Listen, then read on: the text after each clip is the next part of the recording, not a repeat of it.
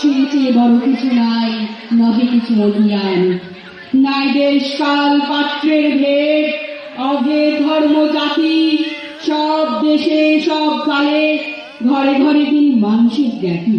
পূজারি দুয়ার খোলো, ক্ষুধার ঠাকুর দাঁড়ায় দুয়ারে, পূজার সময় হলো। স্বপন দেখে আকুল পূজারি খুলিল ভজনালয়, দেবতার বরে আজ রাজা কাজা হয়ে যাবে নিশ্চয়।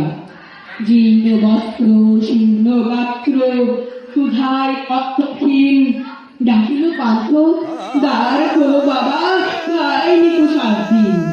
সহসা বন্ধ হলো মন্দির, হুকারি ফিরিয়া চলে, তিনি রাত্রি পথ চলে তার কোথার মালিক চলে। হুকারি ফুকারি কয়, ওই মন্দির পূজারীর, খাই দেব তোমার নয়। মসজিদে কাল শীর্ণে আছিল অঢেল গোস্ত রুটি, বাঁচিয়া গিয়াছে মোল্লা সাহেব, হেসে তাই করি। এমন সময় এলো মুসাফির, গায়ে আজারির চিন, বলে বাবা আমি ভুকা ফাঁকা আছি, আজ নিয়ে 7 দিন। তেলিয়া হইয়া হাতিল মোল্লা, বেলা হলো দেখি লেখা, ভুখা আছো মারব ভাগারে গিয়ে, নামাজ পড়িস বেটা। হুকারি করিল না বাবা।